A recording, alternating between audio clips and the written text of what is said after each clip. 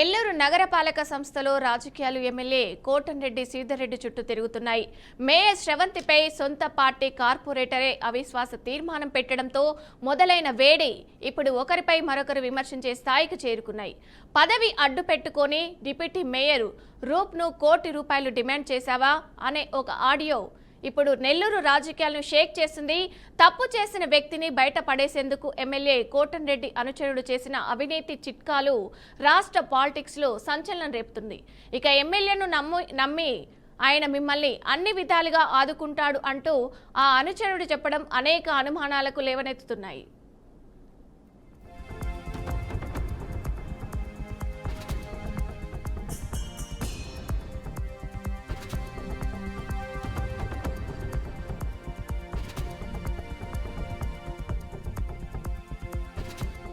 అదేనా నేను చెప్పేది. ఇప్పుడు ఇంకోటి కూడా ఏంటంటే, నువ్వు రూపాయలను ₹1 కోటి డబ్బులు అడిగావని ఒకటి ఉంది. అది నిజమా అబద్ధమా? ఇదిగో నేను విషయం ఏంటంటే అన్న, ఇది విపిఆర్ సార్ తెలుసా అని ఏదో అడిగినట్టు నాకు కరెక్ట్గా గుర్తు రాలేదు. అప్పుడు ఆయన ఏం చెప్పాడంటే తెలుసు అంటే నాకు కమలాకర్ అన్న ఆల్రెడీ కావాలంటే నీకు విపిఆర్ దగ్గర మాట్లాడిస్తానని చెప్పాడు. ఓకే, కమలాకర్ అన్న మాట్లాడినప్పుడు అన్న అదే ఈ క్వశ్చనే నేను కమలాకర్ అన్న అడిగినప్పుడు, ఏది ఈ అన్న నా తర్వాత నా పరిస్థితి ఏందన్నప్పుడు నీకెందుకు విపిఆర్ దగ్గర మాట చేపిస్తాను అన్నాడు. అని నేను అడిగితే నాకు విపిఆర్ సార్ కూడా తెలుసు, నాకు అన్ని విషయాలు చెప్పాడు, నీకు అంతకు ముందు ₹1 కోటి డబ్బులు ఇస్తానని ఎలక్షన్ ముందు చెప్పాడు.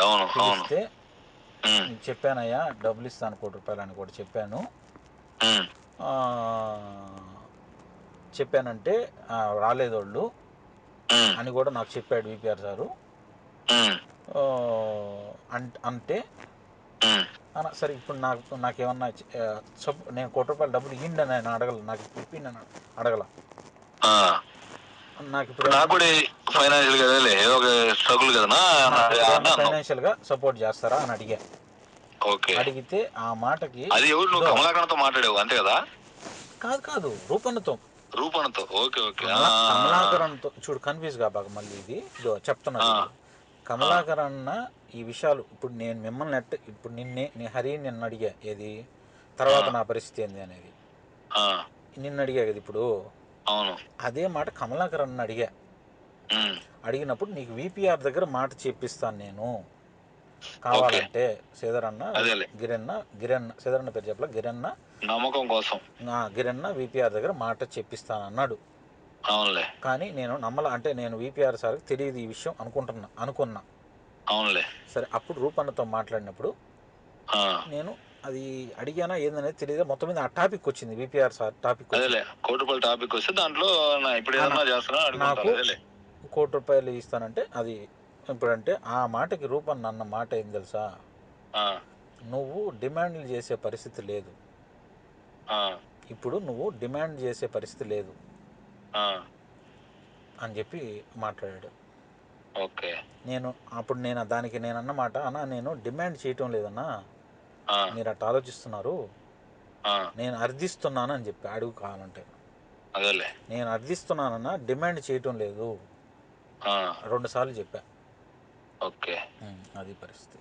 తర్వాత వెంటనే అది అయిపోగానే శ్రీధరన్నతో మాట్లాడిస్తానని ఫోన్ తీసి ఫోన్ నెంబర్ కొడతా ఉన్నా. వద్దన్న నేను మాట్లాడలేను, కార్ వద్దని వినలా, నేను కార్ దిగేస్తానంటే అప్పుడు గమనైపోయాడు.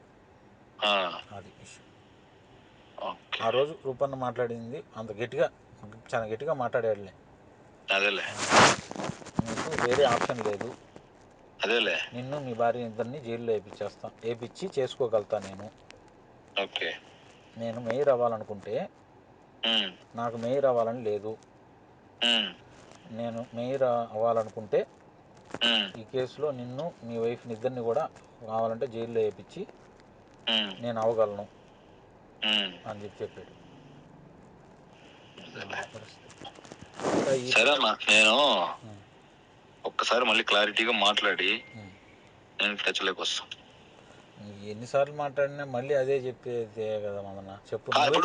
నేను చెప్పేది హరితో మాట్లాడితేనే హరి చెప్పేది ఒక్క మాట చూడు, హరి నీ పక్కనే ఉన్నాడు కదా, పొద్దున ఫోన్ చేశా కదా నేనా, అవును. అప్పుడు ఏం చెప్పాడు అడుగు? నాకు హరి కూడా చెప్పాడు. నాకు హరి చెప్పిన తర్వాత నేను ఎమ్మెల్యే గారితో రాత్రి మాట్లాడింది. కాదు ఆ, నాకు పొద్దున హరి ఏం చెప్పాడు? నువ్వు పక్కనే ఉన్నాడు కదా, నేను చెప్పేది కాదు కదా. ఉన్నాడు హరి ఏం చెప్పావు? అడుగు. ఏం చెప్పు? నీకు ఎమ్మెల్యే నీకు చెప్పాడు, ఏది? ఎమ్మెల్యే చెప్పి పంపించాడు. నేను జియానికి ఏం చెప్పాను? అదే అదే అంటే ఎమ్మెల్యే హరి, అదే నేను చెప్పింది ఇప్పుడు. నువ్వు నాతో అన్న మాటే కరెక్ట్గా చెప్పాలి ఇప్పుడు నువ్వు. ఒకసారి అన్న, స్పీకర్ నేను ఒకసారి స్పీకర్ ఆన్ చేయి. హరి ఇగో, హరి నువ్వు పొద్దున్న నాతో నేను ఇట్లా ఈ విషయం నువ్వు వాళ్ళకి చెప్పావా అని అడిగా. అప్పుడు నువ్వు దానికి అన్నా నేను అదే ఇప్పుడు చెప్పింది ఇప్పుడు. ఎమ్మెల్యే నాకు ఏం అన్న, చెప్పాడు అదే నీకు చెప్పాను కదా నా. నేను అదే చెప్పా. అదే అన్న, మదనోళ్ళకి చెప్పి మదనోళ్ళు అన్న సేదరంతో మాట్లాడేది. సేదరన్న దానికి క్లారిటీ ఇస్తారనే కదా నువ్వు చెప్పింది. అవును క్లారిటీ ఇస్తారు. ఇప్పుడు ఇప్పుడు క్లారిటీ ఇస్తారు. ఏం క్లారిటీ ఇచ్చాడు నువ్వే చెప్పు. ఎమ్మెల్యే గారు రాత్రి నాకు చెప్పింది ఇదే. మరి మనిషిని నమ్మాలరా. నన్ను నమ్మితే నేను వాడిని బయటేస్తాను. దీంట్లో నమ్మకమేనో ఉండేది. నన్ను నమ్మమనోడిని నేను చెప్పినట్టు చేయమను అని చెప్పాడు. నాతో మాట్లాడి అంటున్నాడు ఆయన. నాతో ఒక 5 నిమిషాలు మాట్లాడి వాడితో. నేను శ్రీధరాన్ని నమ్మేదానికి నాకేం ఇబ్బంది లేదు, కాకపోతే పక్కన ఉండే సమస్యలే కదా. అదే నేను చెప్పేది. నేను అదే చెప్పా ఆయనకి. ఇది భయపడుతున్నాడు అన్న క్లారిటీగా అంటే, ఒరే నమ్మాలా, నన్ను నేను చెప్పినట్టు నమ్మమను, నేను చెప్పినట్టు చేయమని చెప్పు. డబ్బులు ఏదన్నా అడిగాను అడిగా. హరితో అయితే డబ్బుల విషయాలు ఏం మాట్లాడలేదన్నా అని చెప్పా. నేను కూడా ఏంటంటే హరితో నువ్వు మాట్లాడుతున్నావు, నేను ఒకసారి మాట్లాడితే నాకు ఒక క్లారిటీ వస్తుంది. నేను అందుకే నేను హరితో నేను ఒకసారి మాట్లాడి అబ్బా, ఒకసారి మాట్లాడి అబ్బా నాతో అని చెప్పి హరిని అదే అడుగుతున్నా. ఇప్పుడు ఏం మాట్లాడాలి చెప్పు. ఇప్పుడు అట్ట కాదురా నేను చెప్పేదే. ఇప్పుడు నువ్వు చెప్పేది హరి నాకేం చెప్పాడు, కేసులోంచి బయట వేయాలంటే ఇప్పుడు దానికి మార్గం ఇప్పుడు ఆల్రెడీ ఐఏఎస్ ఇప్పుడు టెక్నికల్ కూడా నువ్వు ఆలోచించు. నువ్వు ఎవరితో లాయర్ తో మాట్లాడు. నువ్వు టెక్నికల్ గా ఆలోచించు. టెక్నికల్ గా ఆలోచిస్తే అవద్దా పని. ఇంకా అవద్దా అంటే అవద్దనే కదా నేను అనుకుంటున్నానా. అది పరిస్థితి. నేను మాట్లాడే కూడా వాస్తవంగా అదే నేను అడిగేది. నువ్వు చెప్తే సరేలే, ఒకసారి నేను కూడా అది కనుక్కుంటా అయితే ఎట్ట అయ్యిందని. అది ఇప్పుడు నేను చెప్పేది. నువ్వు టెక్నికల్ గా మాట్లాడినా మాట్లాడి నువ్వు బయటపడడానికి ఇప్పుడు ఏమన్నా ప్రజెంట్ మార్గాలు ఏమైనా ఉన్నాయా? మార్గాలు ఉంటే దానికి ఇది ఈ మార్గం ఉంది మదనం, ఈ మార్గానికి నువ్వు చేయమని చెప్పు, నేను దీనికి చేసేస్తా, అయిపోయింది అంతే. అదొకటి. రెండు ఫైనాన్స్. ఇప్పుడు ఆ రోజు పొద్దున మాట్లాడాను 11 అప్పుడు. ఏ రోజు? అదే రూపన్తో ఆఫీస్కి పోయాడు. అది ఆఫీస్కి పోయాడని కాదు, నాకు తెలీదు యాడికి పోయాడు. నేను అన్నతో మాట్లాడి చెప్తా అన్నాడు. అంటే నేను ఫోన్లో వద్దన్నాను కదా. అవును. అప్పుడు 12 గంటలకు ఫోన్ చేసి నువ్వు సాయంత్రం లోపల లెటర్ ఇచ్చేయాలా. అదేలే అది.